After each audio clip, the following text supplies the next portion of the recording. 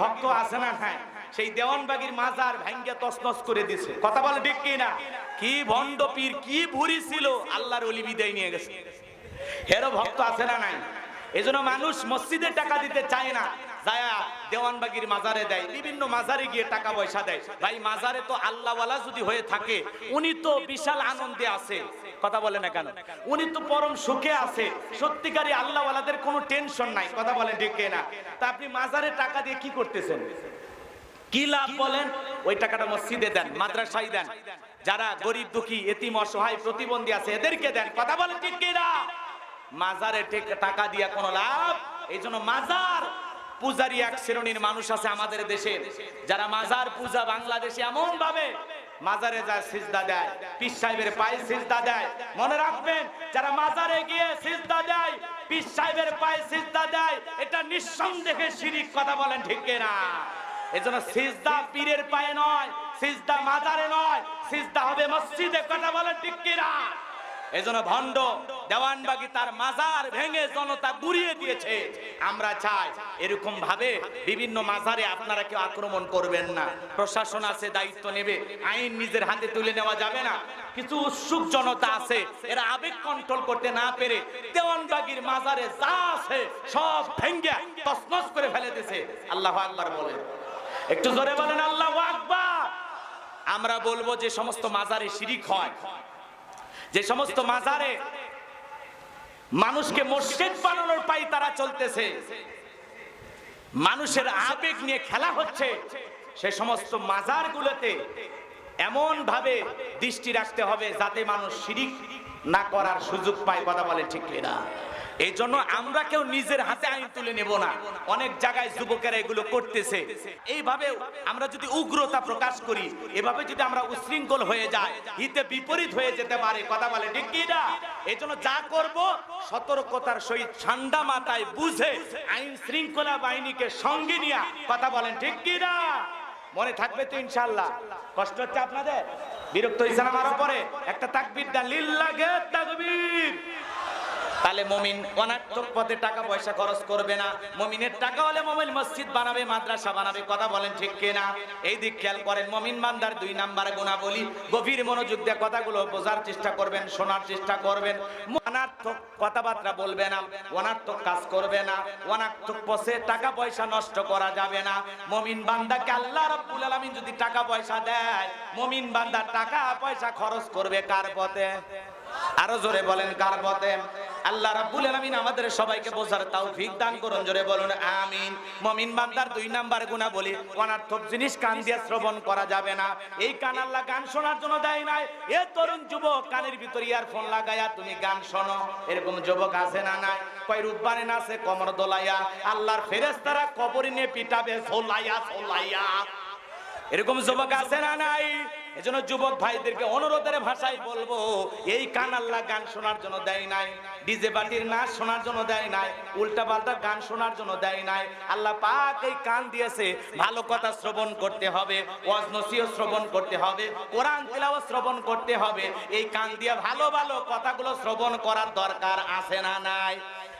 সিরাজগঞ্জের এক যুবক কানের ভিতর ইয়ারফোন লাগাইয়া রেল লাইন দিয়ে হেঁটে হেঁটে যাচ্ছিল, ট্রেন এসে ধাক্কা মারিয়া 3 টুকরা করে থুয়ে গেছে। মরার পরে এখন কবরে যায় গান শোন। কথা বলেন ঠিক কিনা? এজন্য যুবক রে, এত বড় উন্মাদ পাগল হওয়া যাবে? তাহলে গান বাজনা শ্রবণ করা যাবে? এগুলো শোনা জায়েজ না হারাম?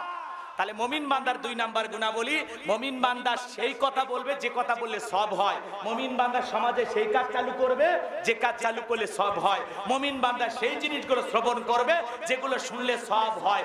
এক কথায় সব আছে যেখানে, সব আছে যেখানে। কারা কারা আছেন 2 হাত তুলে দেখান, লিল্লাহে তাকবীর। হাত নামান, কষ্ট হচ্ছে আপনাদের।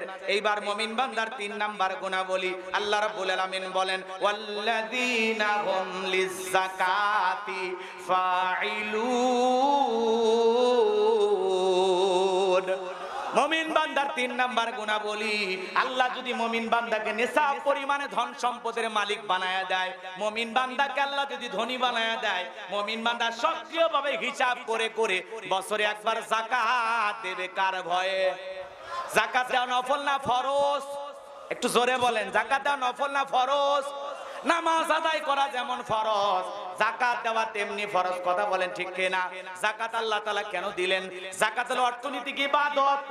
ভালো করে বোঝার চেষ্টা করবেন। যাকাত আসছে দারিদ্রতা বিমোচন করার জন্য, যাকাত আসছে অভাব মুক্ত সমাজ রাষ্ট্র দেশ গড়ার জন্য, যাকাত আসছে দারিদ্র মুক্ত বাংলাদেশ গড়ার জন্য, যাকাত আসছে রাস্তায় পড়ে থাকা অসহায় মানুষের মুখে হাসি ফোটানোর জন্য। যাকাতের মাধ্যমে রাস্তার এপারে দশতলা এপারে গাছতলা এর ব্যবধানকে দূর করার জন্য। বলেন আল্লাহু আকবার। আল্লাহ যাদেরকে ধনী বানাইছে বছরে একবার যাকাত দিতে হবে, কার ভয়ে? যাকাত দেওয়া নফল না ফরজ? আল্লাহ পাক আপনাকে যে যাকাত দিয়েছেন ভালো করে বোঝেন, শতকরা 2.5% দিতে হবে। কয় লাখ টাকার কয় হাজার টাকা যাকাত আসে, কয় কোটি টাকার কয় লাখ টাকা যাকাত আসে, একটু হিসাব নিকাশ করে যাকাত দেওয়ার দরকার আছে না নাই? ভালো করে বোঝার চেষ্টা করবেন। আল্লাহর নবী মুসা আলাইহিস সালামের জামানায় একজন জালেমের আবির্ভাব হয়েছিল, এর নাম ছিল কারুন। এই কারুনকে আল্লাহ এত সম্পদ দিয়েছিল, এ বাজান গো আমার 70টা উট লাগতো চাবি বহন করতে। চাবি যদি এত হয় তালা কত, আর তালা যদি এত হয় সিন্ধুকে মাল কত। সেই কারুনের কাছে আল্লাহ নবী মুসা আলাইহিস সালাম গিয়েছিলেন, এ কারুন তোরে যাকাত দিতে হবে। কারুন ডেকে বলে আমি যাকাত দিতে পারবো না। আল্লাহ নবী মুসা আলাইহিস সালাম রাগান্বিত হয়ে ডেকে বলে যাকাত না দিলে যাকাত আদায় করা হবে। আল্লাহু আকবার বলেন। যাকাত সহজে ধনীরা দিতে চায় না। এমনও ধনী আসে 1 কোটি টাকা যাকাত আসবে, 5-10 লাখ টাকা যাকাত দিয়া নিজের 90 লাখ টাকা যাকাত নিজে মেরে খায়। আছে না নাই? 2 লাখ টাকা যাকাত আছে, 10-20 হাজার টাকা দিয়ে বাকিটা মেরে খায়। আছে না নাই? যাকাত ধনীরা দিতে চাইবে না, যাকাত আদায় করা লাগবে। আর যাকাত যদি আদায় করতে চায় তাহলে বাংলাদেশের অনেক মন্ত্রণালয় আছে, একটা যাকাত মন্ত্রণালয় চালু করতে হবে। আর এই যাকাত মন্ত্রণালয় দায়িত্ব দেওয়া লাগবে এদেশের বিজ্ঞ ইসলামিক স্কলার দ্বীনের দায়ী আলেমদের কাঁধে। আল্লাহু আকবার বলেন। আমি বলবো কষ্ট হচ্ছে আপনাদের? ভালো করে বোঝেন। আল্লাহ নবী মুসা আলাইহিস সালাম ডেকে বলে যাকাত না দিলে যাকাত কি করা হবে? আদায় করা হবে। নবী মুসা আলাইহিস সালামের রাগ কম না বেশি?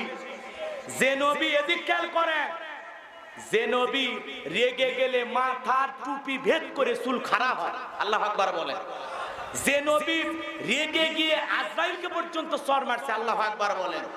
সেই নবীর মেজাজ এত কঠিন মেজাজ, এত রাগান্বিত পয়গাম্বর মুসা আলাইহিস সালামের চোখের দিকে তাকাইয়া কারুন বলে যাকাত দেব। কত দিতে হবে?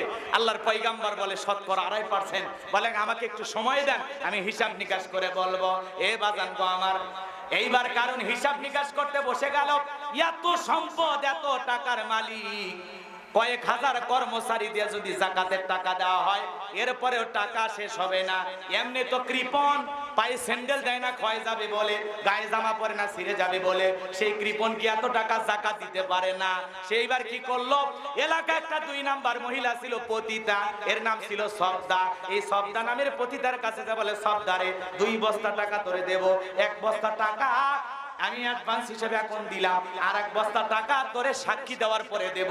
বিনিময়ে আল্লাহ নবী মুসা আলাইহিস সালাম যখন আগামী কালকে আলোচনা করবে, ওই ভরা মজলিসে দাঁড়ায়া একবার শুধু বলবি, মুসা নবী দিনের বেলায় ওয়াজ করে আর রাতের বেলা আমি সবদার সাথে রাত কাটাই। বাস এতটুকু কথা বললেই যথেষ্ট, বাকি যা করার আমি করব। যেহেতু 2 নাম্বার মহিলা রাজি হয়ে গেল, এ বাজান গো আমার, পরের দিন সকালবেলা আল্লাহ নবী মুসা আলাইহিস সালাম আলোচনা করতেছেন। ওই ভরা মজলিসে হাজার হাজার জনতা আলোচনা শুনতেছেন। মুসা আলাইহিস সালামের আলোচনা শুনে সবদার পাষাণ হৃদয় গইলা চোখ দিয়ে পানি ঝরতেছে। বলেন আল্লাহু আকবার। কারণ খালি ইশারা দিয়ে বলে সবদা দাঁড়াও। সবদা বলে আর একটু শুনি। এইবার 2 জন লোক পাঠায়া দিল, তাড়াতাড়ি করে দাঁড়াও। নেতা দাঁড়াইতে বলেছে, সবদা বলে আর একটু শুনি। বলে না, শুনতে দেওয়া যাবে না। 2 জন লোক এইবার 2 হাত ধরে সবদাকে জোর করে দাঁড় করে দিলেন। যখন কারণ লাভ মেরে ডেকে বলে, এ মুসা ওয়াজ বন্ধ কর, তাকায়া দেখ 2 নাম্বার মহিলা দাঁড়াইছে। মহিলাটা 2 নাম্বার না 1 নাম্বার? আল্লাহর নবী মুসা কি জানে? এ ভাই এদিক খেয়াল করুন। কষ্ট হচ্ছে আপনাদের? কষ্ট হচ্ছে আপনাদের? এবার মহিলা কি সাক্ষী দেয় আপনারা কি শুনবেন? কারা কারা শুনবেন? 2 হাত তুলে আল্লাহকে একবার দেখান। লিল্লাহে তাকবীর। হাত নামান। কষ্ট হচ্ছে আপনাদের? আল্লাহর দ্বীন কায়েমের জন্য, আল্লাহর জমিনে আল্লাহর দ্বীনকে প্রতিষ্ঠিত করার জন্য, ও গাইবান্দার মুজাহিদ তাওহীদের জনতা, আল্লাহর জমিনে আল্লাহর দ্বীনকে প্রতিষ্ঠিত করার জন্য যদি কখনো ডাক আসে, যা হলেও কারা কারা আল্লাহর জমিনে আল্লাহর দ্বীনকে প্রতিষ্ঠিত করতে রাজি দুই হাত তুলে মালিককে দেখান।